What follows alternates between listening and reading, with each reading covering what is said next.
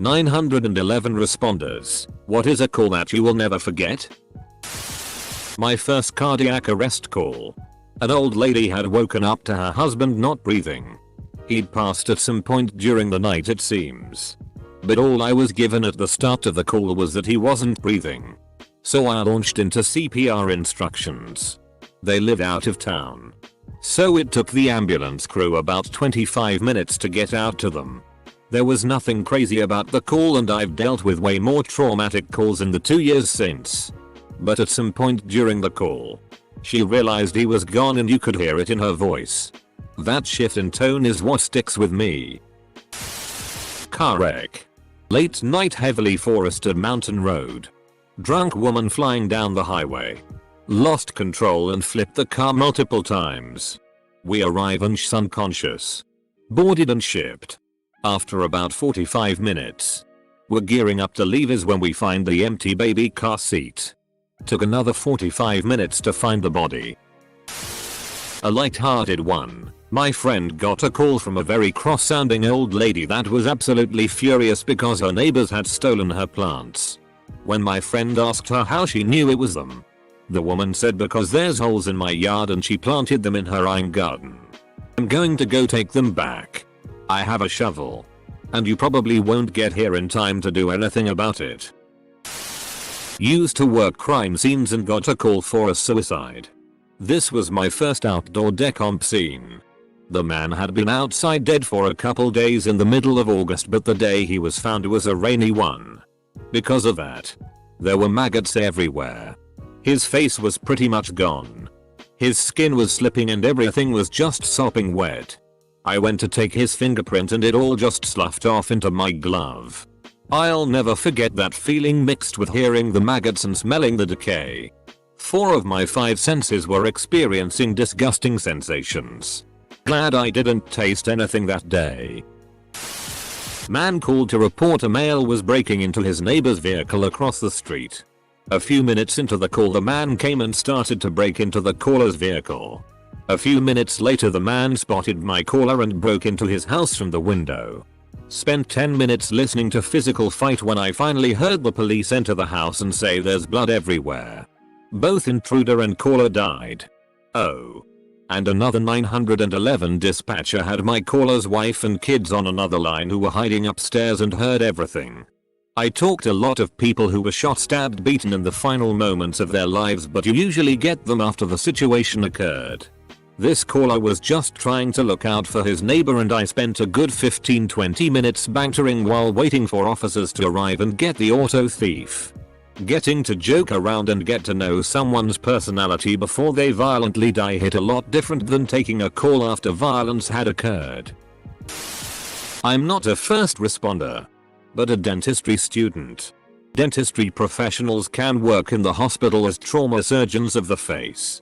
This facial surgeon showed us a case of a man that didn't pay his drug dealers. They took him to an empty field and blew his face off with a shotgun and left.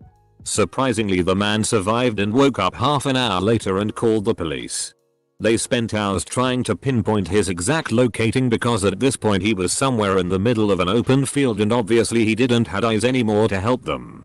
He was taken to the hospital and his surgery took 18 hours, but he did survive. Edit. Volunteer firefighter in Europe.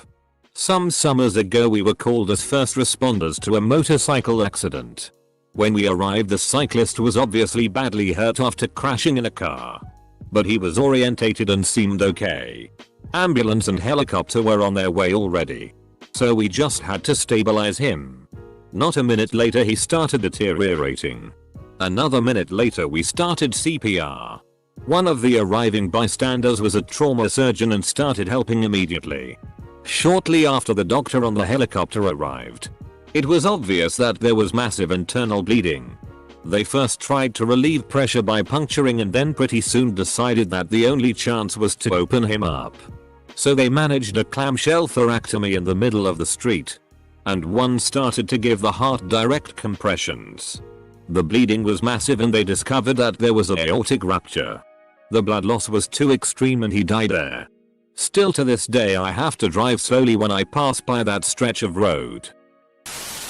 Holly motorcycle tipped over and the clutch lever went into a 4-year-old's eye. Parent was on the line asking what to do. Suddenly, she said, "They're going lift the motorcycle." I emphatically told her to tell them to stop and wait for rescue and EMS.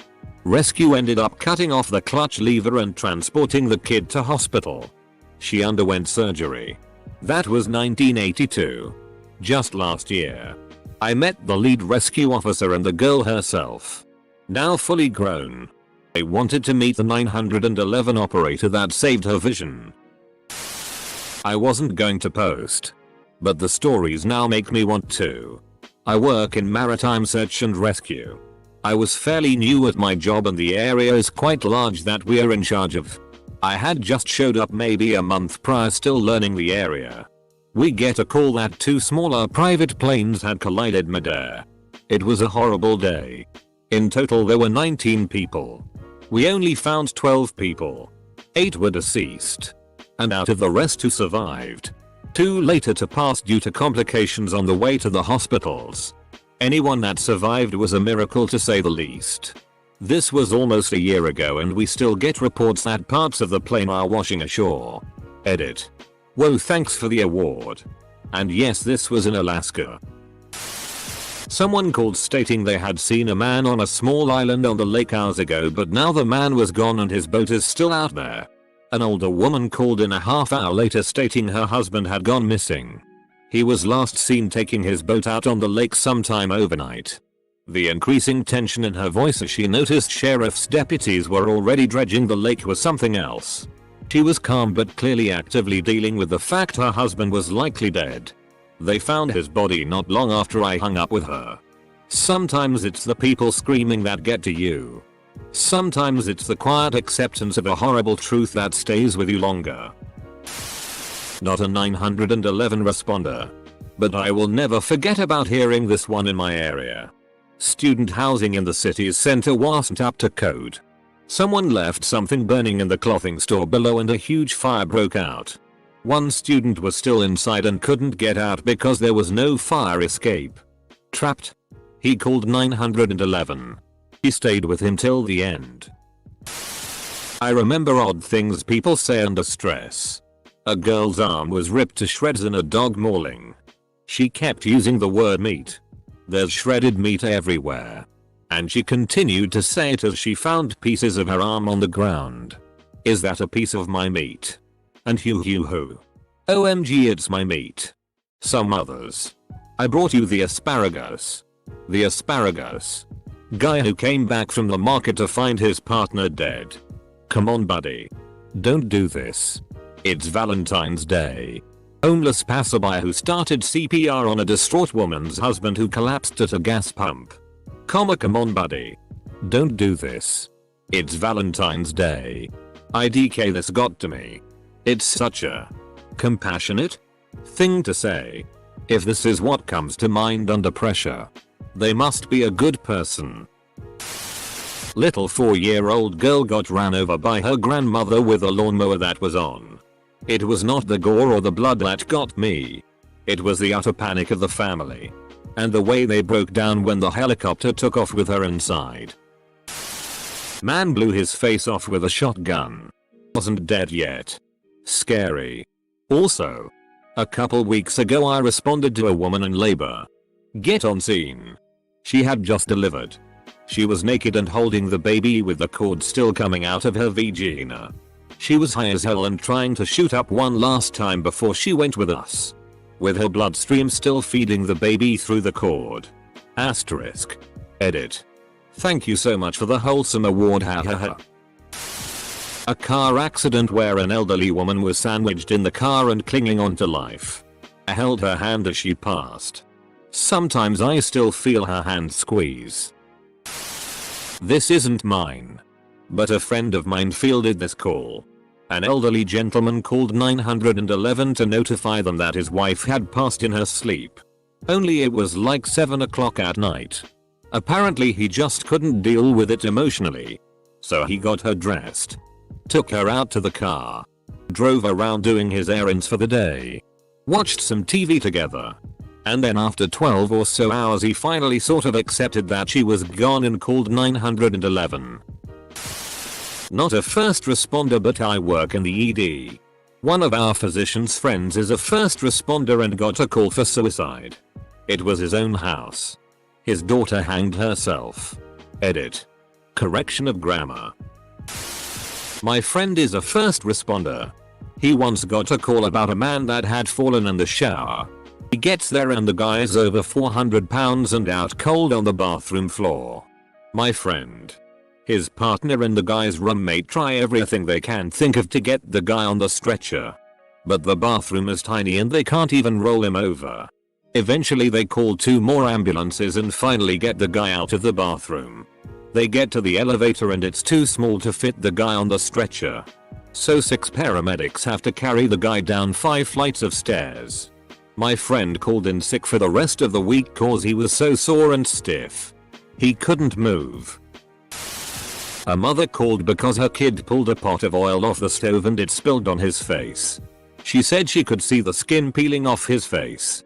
Friendly reminder to never point the handles of your pots or pans off the stove. Not mine but my friend.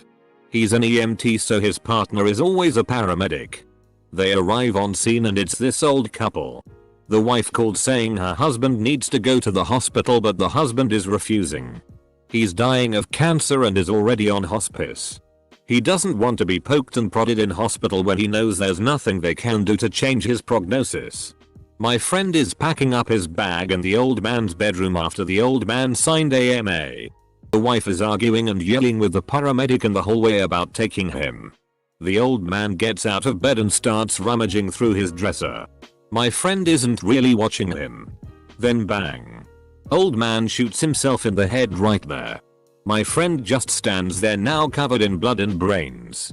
His partner bolts outside thinking the old man is going to shoot all of them and the wife is screaming bloody murder.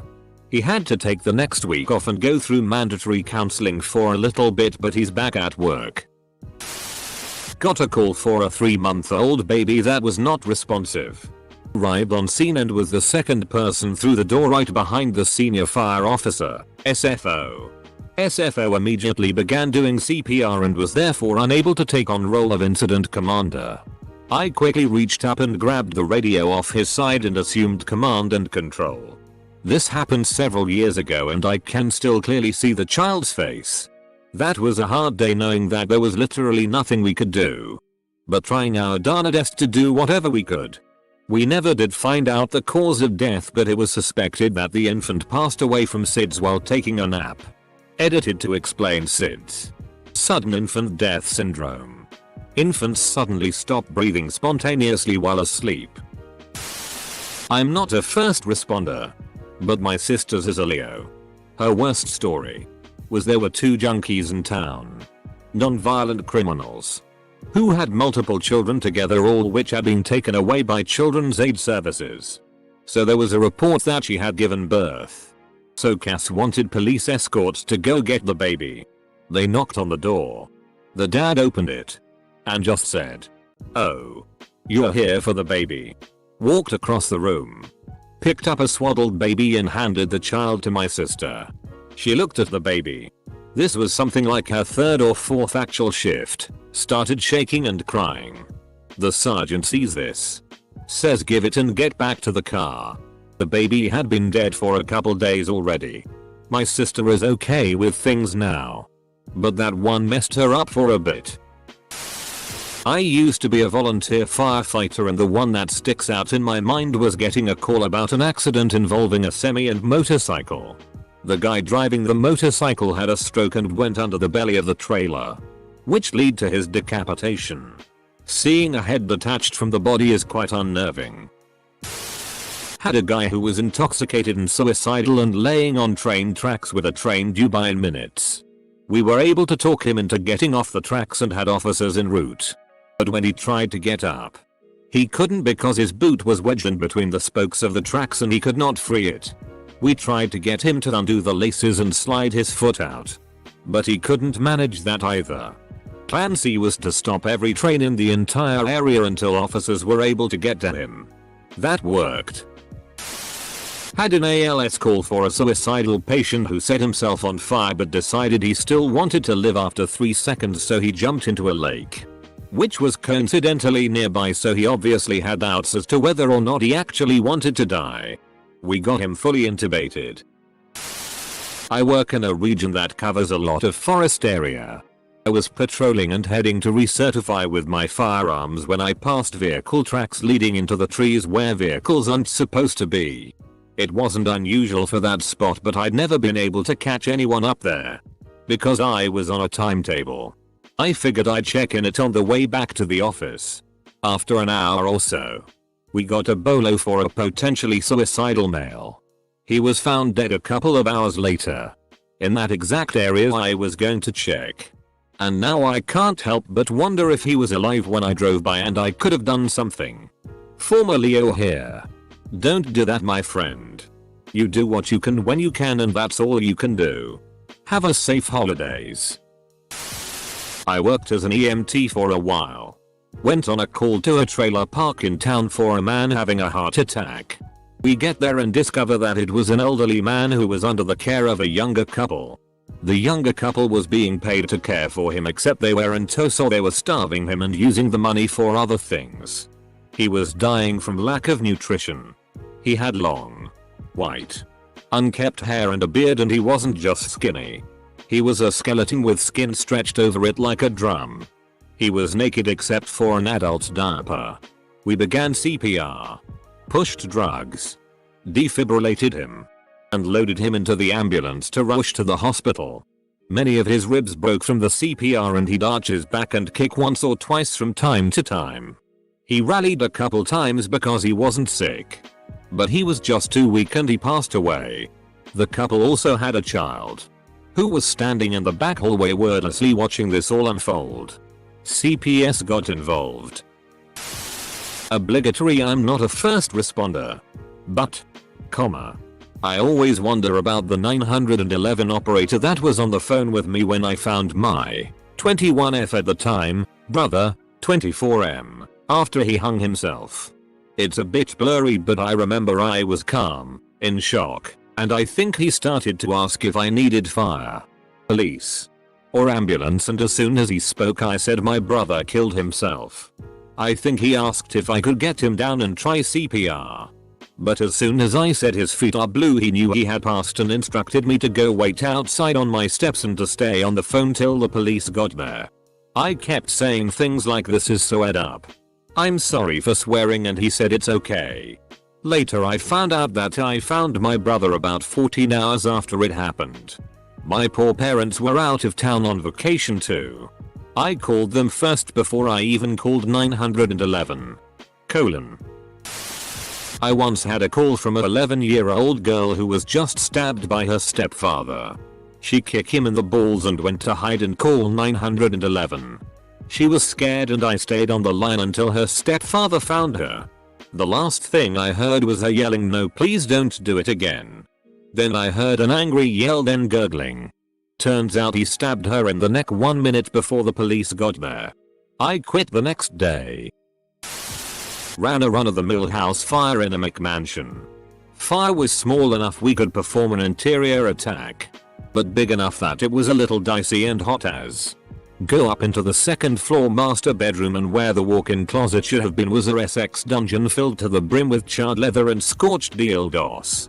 For years after that fire, a charred dildo would magically appear in turnout boots, pockets, inside helmets, anywhere inconvenient you can think of.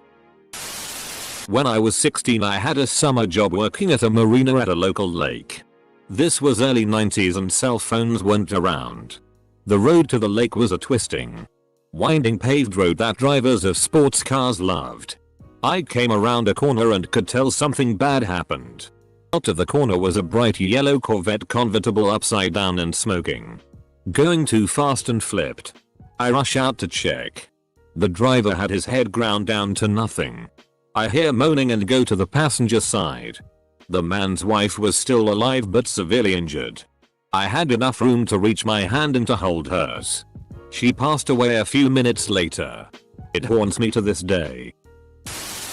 Firefighter EMT recent call actually still fresh in memory. Only 2 days ago, fatal accident, 16-year-old female deceased at the scene, low speed, 20 km/h. Accident but airbags deployed. Should been a simple move, the cars get them home, but she had her feet on the dashboard and the airbags broke her legs. One pierced her heart, the other damn near decapitated her.